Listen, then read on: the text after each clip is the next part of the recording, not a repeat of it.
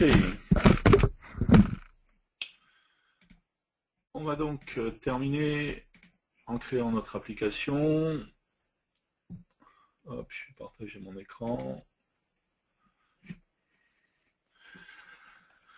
Donc le principe est de faire une application qui va me permettre de faire une recherche dans des fichiers, dans les codes postaux, pardon.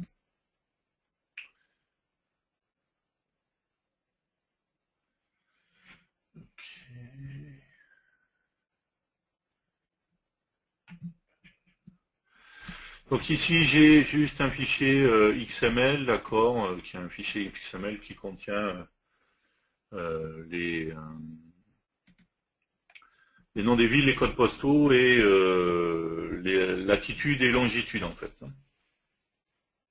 On améliorera l'application en faisant juste un affichage via Google Maps, voilà, par exemple, des coordonnées qu'on a trouvées. Donc pour ça, on va se faire une nouvelle application mobile.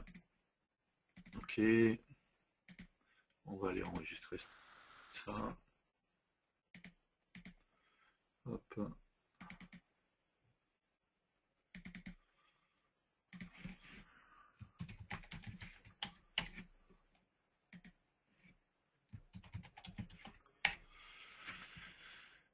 Et on va travailler en fait avec ce qu'on a vu jusqu'à toute la journée aujourd'hui, à savoir qu'on va prendre un tab contrôle, d'accord, qu'on va le mettre en aligne avec client. Alors encore une fois, on aurait pu le faire écran par écran, je fais avec le tab contrôle pour aller plus vite en fait. Hop. On va faire en même page. Hop.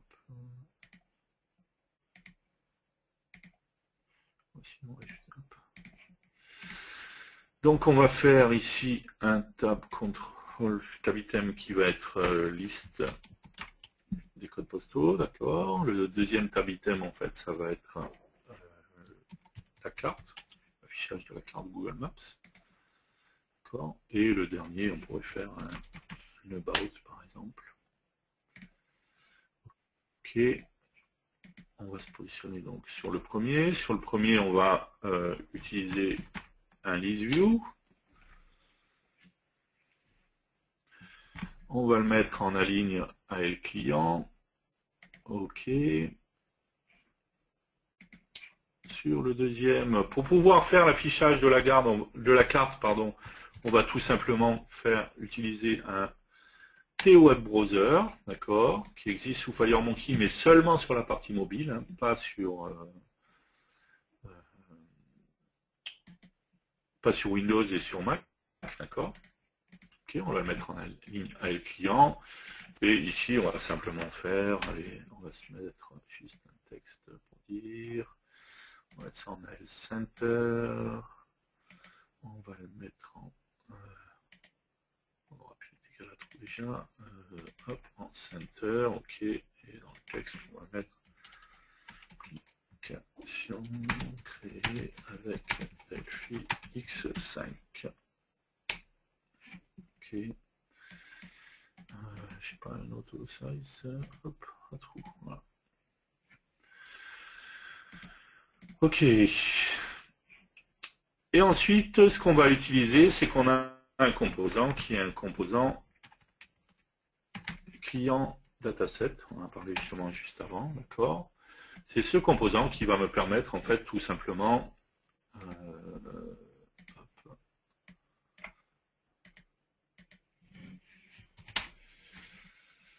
c'est ce composant qui va me permettre tout simplement de récupérer mon fichier, d'accord. En fait, si on regarde dans ce composant, ça dans forme create par exemple, client dataset, on a un load from file, d'accord, qui va me permettre de récupérer directement depuis un fichier les données. Ok, en l'occurrence un fichier XML. En fait, on peut le faire à la conception également, puisque si je vais ici, je peux faire charger depuis une table MyBase. Je vais aller chercher mon fichier. Ça, hop. Et je vais prendre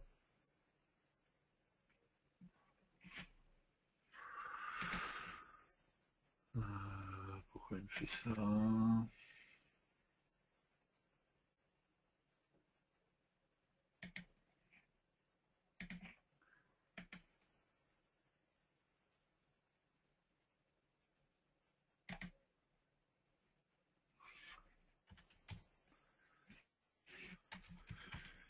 qu'il me fait là?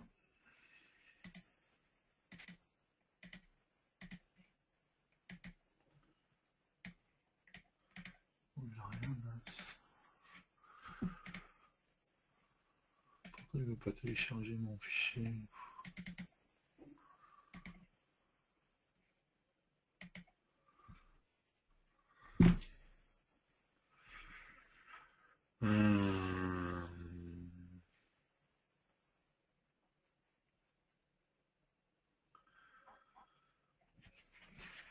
On va faire ça différemment. On va se créer quelques données vite fait dans un client dataset. Je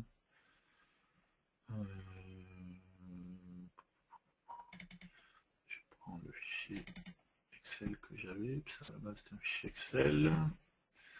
On va juste se faire une sélection, peu importe. Ça n'a pas d'importance. Ici, il faut que je regarderai pourquoi il ne veut pas de mon fichier XML.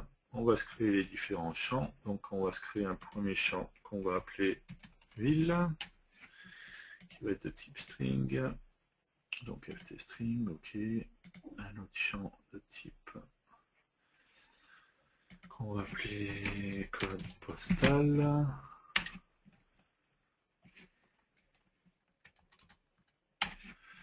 Ok, on va le mettre en integer.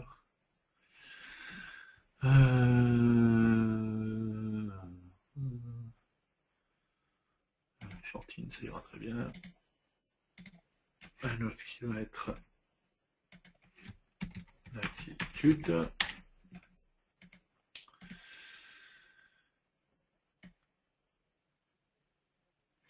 Qui va être un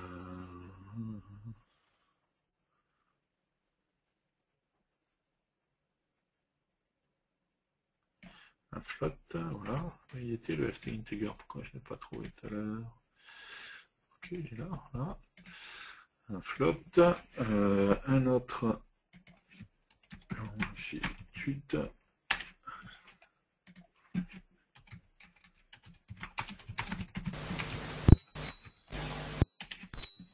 Le code postal? Qui va être de type float aussi, où c'est qu'il était. T'es sûr que c'est pas une string le code postal? Parce que sinon il va te tronquer les zéros à moins que tu formates ton code postal, mais Ouais, j'aurais pu le mettre tout ce qui est inférieur à 10 000, ça va pas être top quoi. Ouais, bah si, parce En que plus si c'est je du fais ma XML, recherche, donc moi je ferais du string quoi. ouais, on peut le mettre en string, tout à fait. Ça évitera qu'il te tronque les zéros du début. Je suis d'accord. Ok. Du coup, on va se mettre ici dans l'événement from create. On va... comment on s'appelle là? Hop. On va se faire un client dataset 1. Append record, voilà. Hop. Alors, on va se faire plusieurs lignes comme ça. On va copier ça.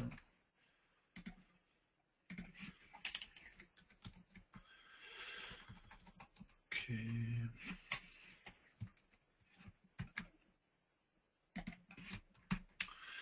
Alors, là c'est un float.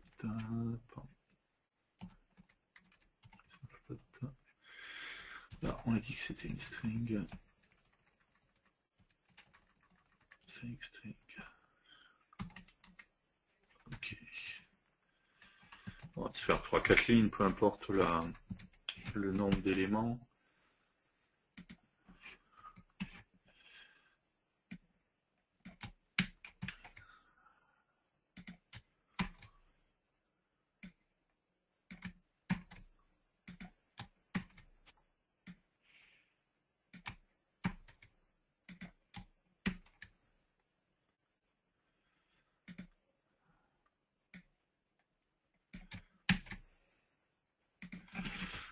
ça ira bien. Le nombre d'éléments n'a pas vraiment d'importance, c'est plus ce qu'on va faire et comment ça va fonctionner. Okay. Hop, hop, hop.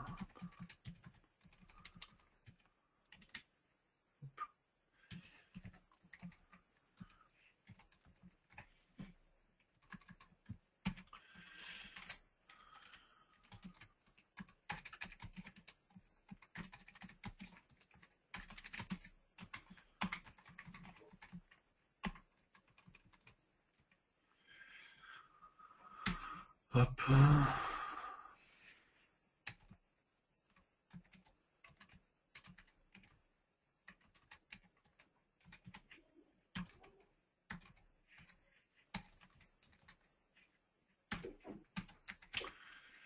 Hop, il manque une virgule là, une virgule là.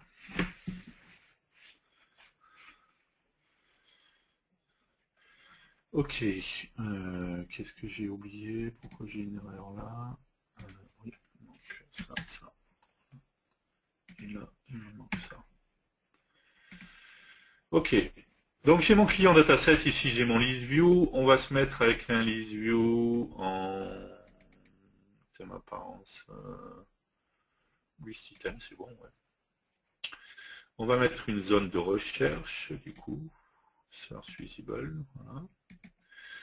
Et donc, si on regarde ici qu'on fait lier visuellement, on va donc voir qu'ici, dans mon client dataset, on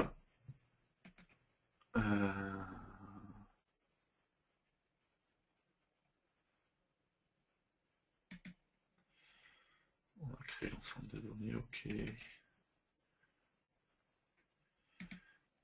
Non, ça, c'est pas... Je vais voir si la conception, on pouvait le faire là, c'est pas grave. Donc, on voit ici qu'on a nos différents champs, ville, code postal, latitude, longitude, d'accord.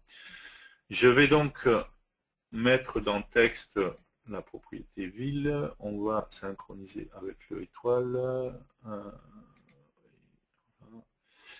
Je vais mettre le code postal dans...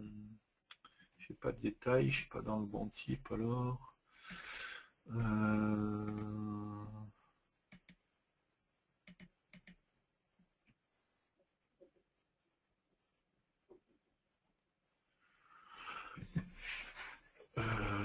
Les systèmes right détails, voilà par exemple. Donc on va faire l'inverse, on va tirer celui-là. Tirer un lien, ok. Dans ville, je vais mettre ça dans détail et le code postal dans texte. Voilà. Latitude et longitude, on ne va pas le connecter pour le moment, on va le réutiliser après pour la partie. Ok. Donc déjà, si on fait ça, qu'on exécute, on va tester en mode Windows pour gagner du temps. Ok.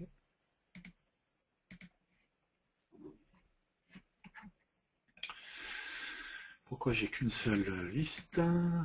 Pourquoi j'ai qu'un seul élément, quoi, c'est ça que je veux dire?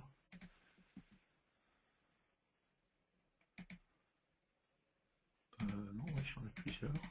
Ah, c'était peut-être un problème de refresh Windows. Ok, donc j'ai bien mes différents éléments, d'accord. Donc j'ai bien mon code postal et ma ville. Logiquement, si je sélectionne ici, d'accord, je peux faire, l'avantage c'est que je peux faire une recherche aussi bien sur le nom que sur le code postal, d'accord. Si je fais 0,1550, voilà. J'ai même pas besoin de coder est-ce que je fais une recherche sur le code postal, sur le nom. Et ce qu'on va faire, c'est que quand on va cliquer sur l'élément, ici, item click, on item click, on va aller appeler le web browser et on va juste construire l'URL. Et pour ça, pour gagner du temps, je vais me baser sur une démo qui est livrée qui fait ça en fait.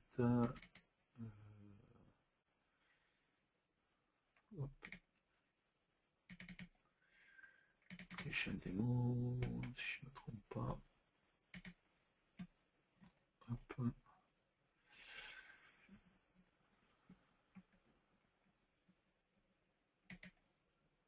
Ok, donc c'est ça.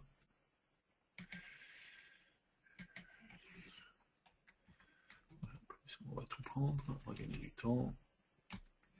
Hop là.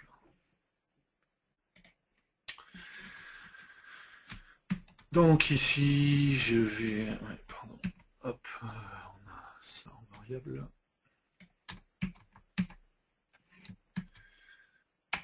Hop, on récupère, donc... ok...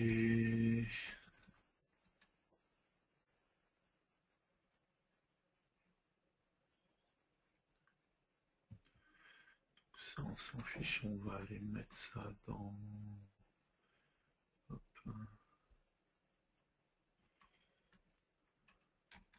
Ça, on s'en fiche, c'était juste pour le show, donc ça, on n'en a rien à faire. Ok.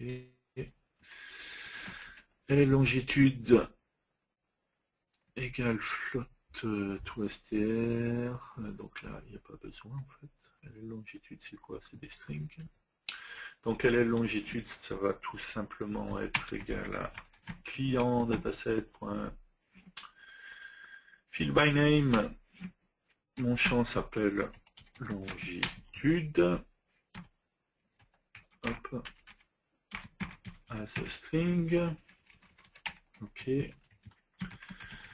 De la même manière, latitude est égale à client dataset latitude. Ok. Et ensuite, on forme la avec str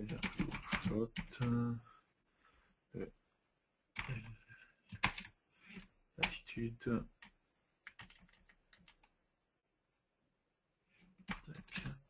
str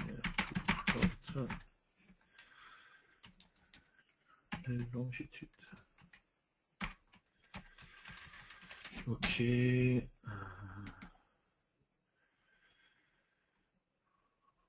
on fait un web browser.navigate. Ok, logiquement ça devrait être bon.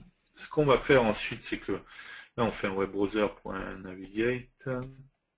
On va le laisser comme ça avec les onglets d'abord, on va voir. Ok. On va tester ça sur notre téléphone.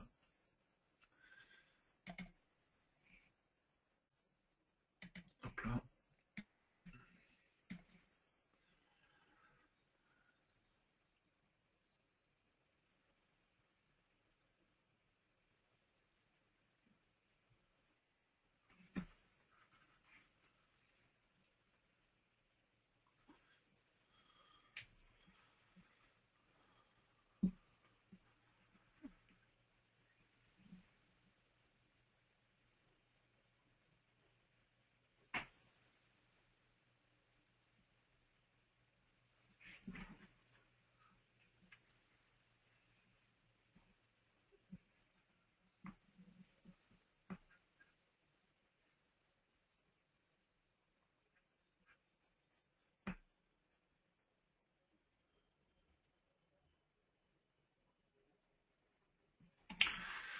Ok.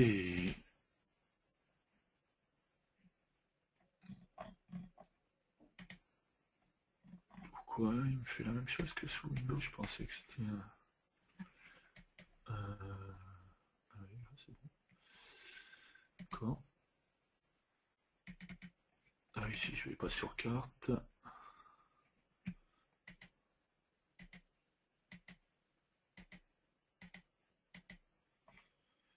C'était quoi? Je sais pas où c'est que je suis. Civrieux, ouais c'était ça. Donc si on va là.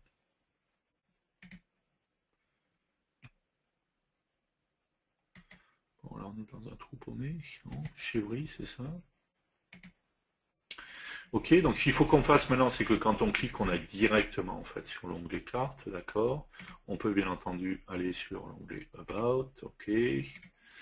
Donc pour ça, ben, c'est très simple, hein, c'est ce qu'on a vu, ça fait partie, encore une fois, c'est que des choses qu'on a vues aujourd'hui. Qu'est-ce que j'ai fait? Action list, il est là.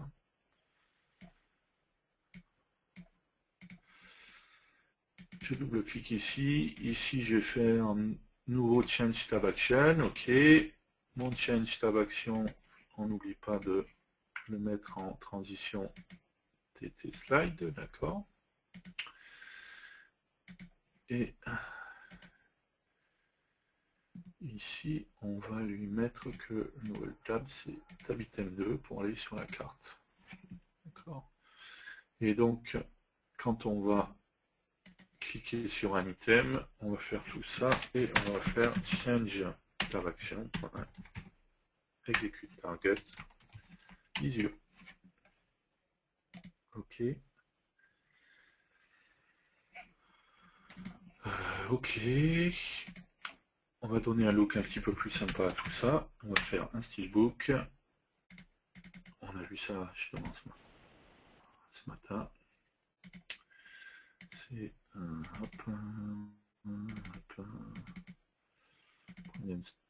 pack pour Android. On va prendre ce style-là. Appliquer, fermer. Voilà. C'est pas bon ça. Quelque chose qui ne plaît pas là. On va fermer tout ça. Et...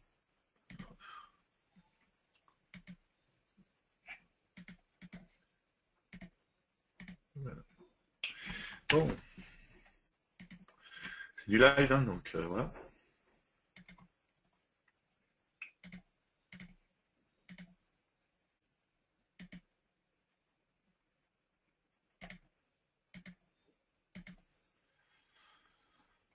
Il est là.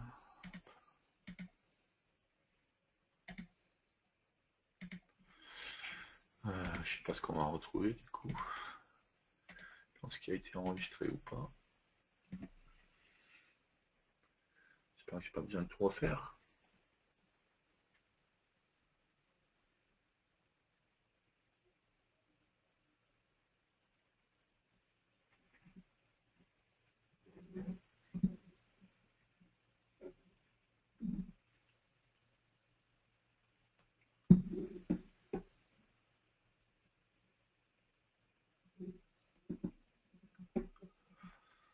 Alors.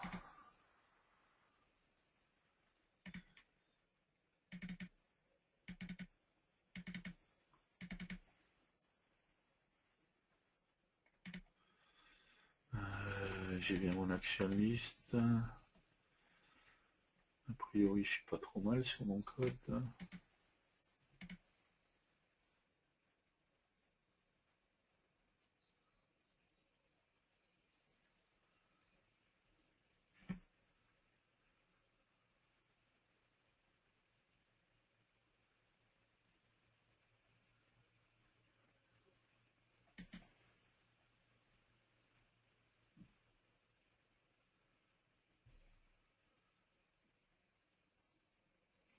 Qu'est-ce que c'est que ça?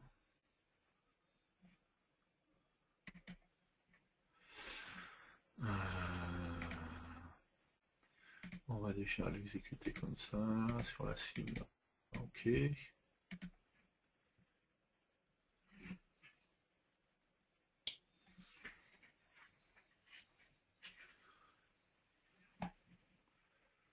Mettre le viewer.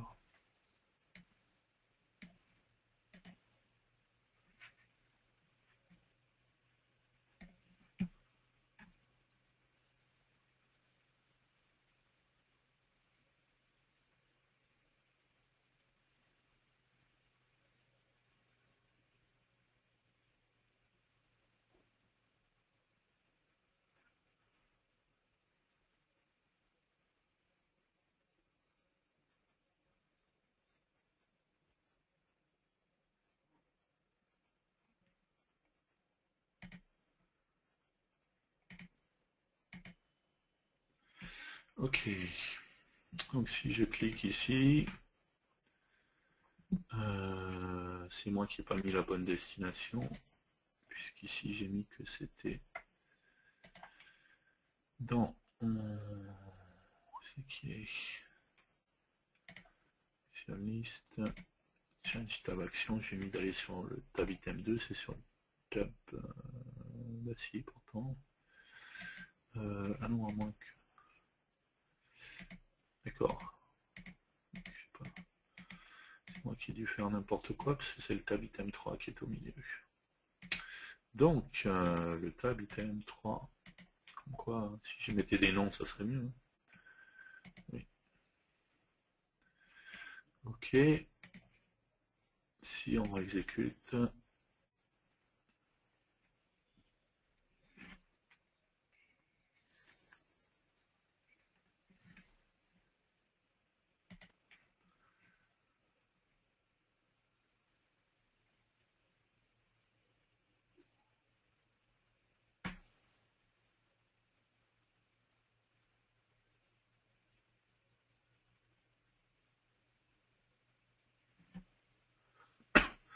pardon.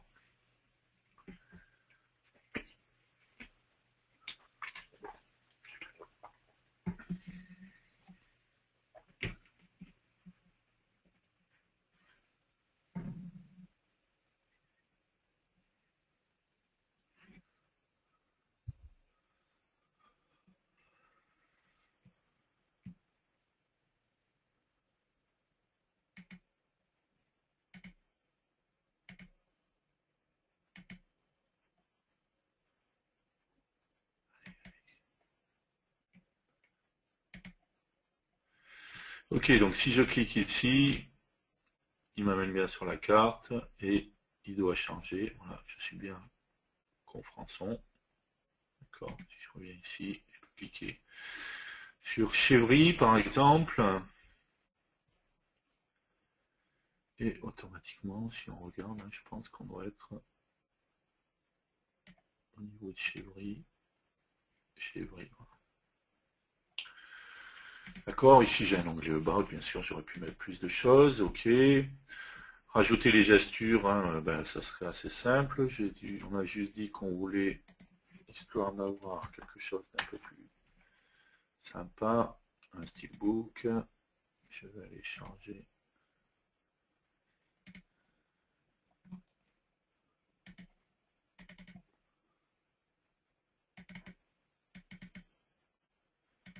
Steelpack, ok, Android. Appliquer, fermer, ok. Et sur ma forme, je vais tout simplement lui dire que j'utilise mon Steelbook. D'accord. Donc j'ai une application avec un look un petit peu plus sympa. Hop, on va exécuter ça sur le téléphone. Donc on le voit, la création de l'application en elle-même, ça va relativement vite en fait. Une fois qu'on a vu toutes les fonctionnalités, la manière donc de faire, voilà, d'utiliser les tables contrôle par exemple, on aurait pu utiliser l'autre manière en découpant avec les fenêtres. C'est ce que je préfère dans le cas des grosses applications, mais c'est mon choix encore. L'affichage sur une carte, on a vu que ça c'est relativement simple. Un web browser, on formate l'URL tout simplement pour appeler Google Maps, d'accord. On verra après, dans les autres épisodes, on verra comment on pourrait appeler le navigateur du téléphone d'une autre manière, en utilisant les intents, pour ceux qui connaissent, hein, sur Android.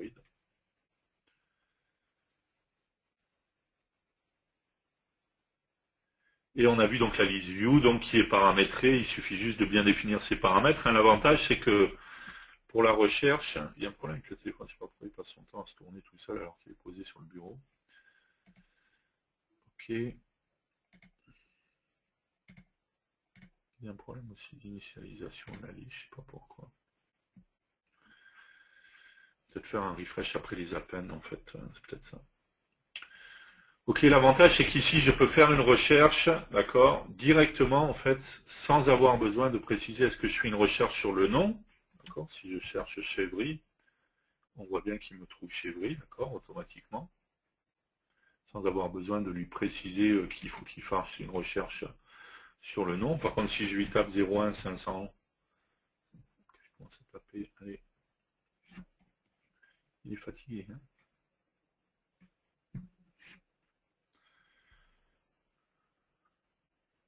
01.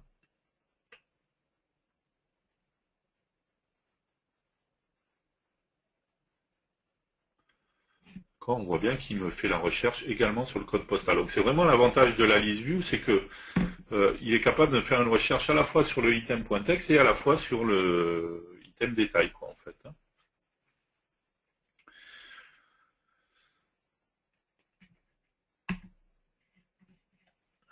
J'ai relancé le viewer, je ne sais pas si c'est lui qui fait n'importe quoi.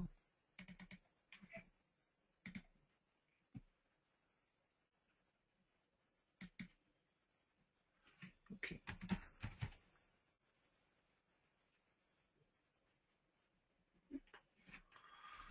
Ok. C'est moi qui bougeais le téléphone, c'est normal. Et on voit bien, donc, quand on passe sur la carte, hein, quand on sélectionne un élément ici, même si je me positionne comme ça,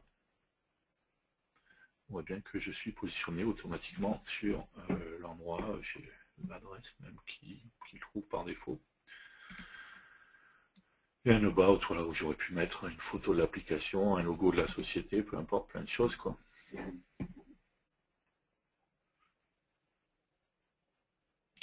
Pourquoi le téléphone aussi, il veut plus...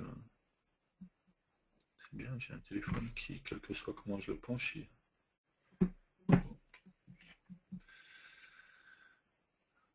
Ok, donc on voit en fait faire une application assez facilement. On a vu l'utilisation d'EluseView, d'accord.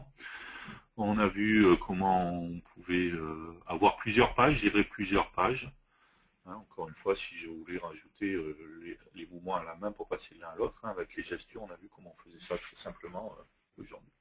Et donc au final, l'application, il faudra juste que je vois pour la refaire avec les données complètes, pour avoir la liste de recherche dans les codes postaux, encore une fois, avec la simplicité de je cherche soit un code postal, soit le nom d'une ville, en fait. Bon, on est d'accord, on n'a pas beaucoup d'éléments là, mais le principe est le même, quel que soit le nombre d'éléments. Voilà, c'est déjà la fin de cette journée, ça passe vraiment très très vite. Je vais regarder si vous avez des questions. C'est dans des moments comme ça qu'il faut utiliser les macros, hein, donc je suppose qu'on parlait quand j'ai dû faire le code pour rajouter les éléments là ici. C'est vrai que s'il y avait eu des macros préparés, on aurait peut-être gagné du temps, tout à fait.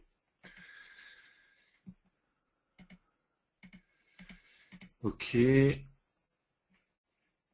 Si on applique le Steelbook, notre application devient Android Look and Feel. Ouais, pas spécialement. Le Steelbook, hein, lui, le fait qu'on soit allé chercher un style Android, c'est pas que ça soit un look and feel spécifique Android. Si vous prenez sur iOS le même Steelbook, en fait, ça sera exactement la même chose. Le style sera exactement le même. C'est simplement le fichier est prêt pour Android ou pour iOS. C'est pour ça que je vous renvoie encore une fois. On avait vu ça ce matin. Si je vais là.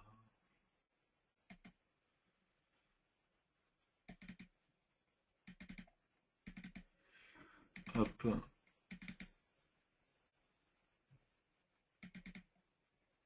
Voilà.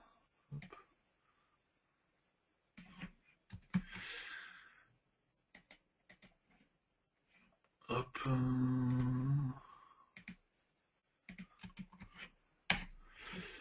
Au passage, j'en profite pour envoyer un billet de William de son blog. Il précise comment on pourrait travailler avec les fichiers ressources. Ça peut être intéressant également sur Android, en fait, pour voir comment on peut intégrer dans les fichiers ressources certaines données et les réutiliser dans notre application. Donc n'hésitez pas à aller voir. Et ce lien-là, on l'a donné ce matin, mais je vais le redonner, qui précise comment on pourrait intégrer différents styles dans notre application et passer d'un style à un autre selon la plateforme sur laquelle on est avec des ifdef. Mais encore une fois, si ici dans le Steelbook, j'allais chercher le style qui est sur iOS, sur Mac ou sur Windows, ils auraient tous la même tête. C'est simplement le fichier est spécifique pour iOS, pour Mac et ainsi de suite.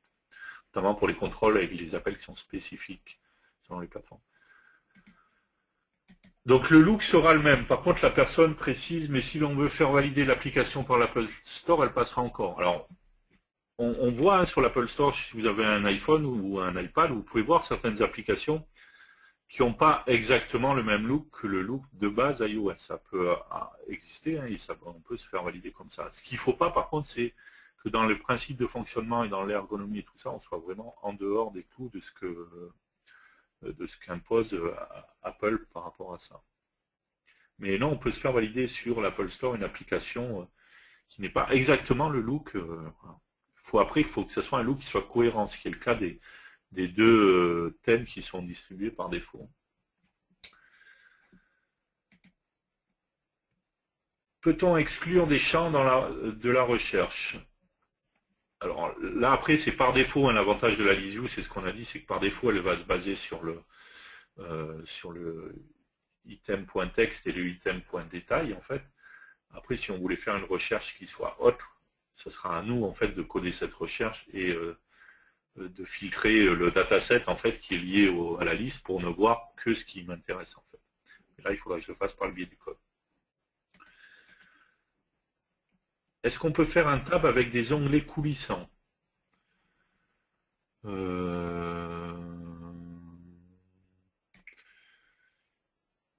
Il faudrait, dans ce cas-là, jouer sur les tab order, en fait. Si je veux changer, par exemple, on a vu ici le carte, le tab item 3, là, lui, il est en tab order 1. Si on le faisait passer en 4, par exemple. Hop, celui-là en 1. Je pensais que du coup, il me modifierait le... Alors, est-ce que c'est toujours le problème visuel?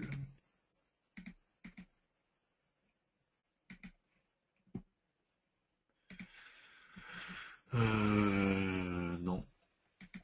Je pense que c'est l'ordre de création. Alors, il se fiche du tab order.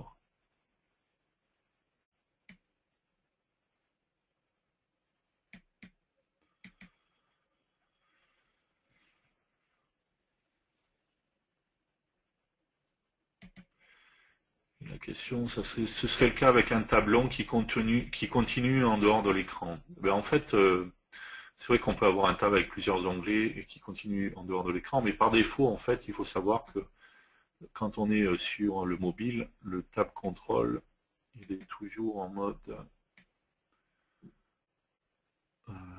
c'est que c'est déjà...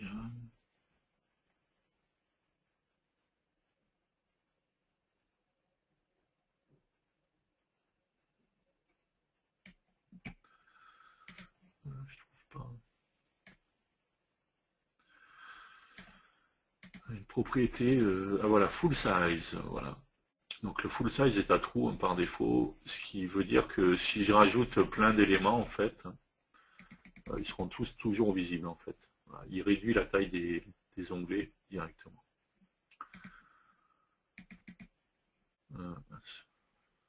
J'ai viré mon about. Bon, pas grave. Ouais, super. Ok, d'autres questions? Non, mais encore une fois, on a vu comment assez facilement on peut faire des tas d'opérations pour créer des applications mobiles. On a vu qu'il n'y a vraiment rien de super complexe dans ce qu'on a fait. Et on retrouve tous les types de choses qu'on a l'habitude d'avoir hein, sur la partie mobile, faire défiler entre des écrans, avoir des listes dans lesquelles on peut faire des recherches, tout ça. Et tout ça se fait très simplement, il y a une majorité de choses qui sont déjà tout préparées. On a même vu hein, les animations déjà prêtes pour les tab control en fait. Donc, voilà. Ok, s'il n'y a pas d'autres questions, je vais vous donner rendez-vous pour la semaine prochaine. Donc rendez-vous dans une semaine pour le 3e épisode. J'espère que vous avez apprécié ce que vous avez vu. On va continuer à créer des choses et avoir des nouvelles fonctionnalités. On aura notamment la semaine prochaine, on va créer une application pour une to-do list en fait. Et on va créer dans une base de données cette fois. Donc on aura une base de données en local, on pourra créer des nouveaux éléments et tout ça. Donc pas mal de nouvelles choses. Je vous souhaite une bonne soirée. Je vous remercie tous pour votre présence lors de cet événement. Et je vous souhaite une bonne fin de semaine, un bon week-end. Et je vous donne rendez-vous la semaine prochaine. Bye bye.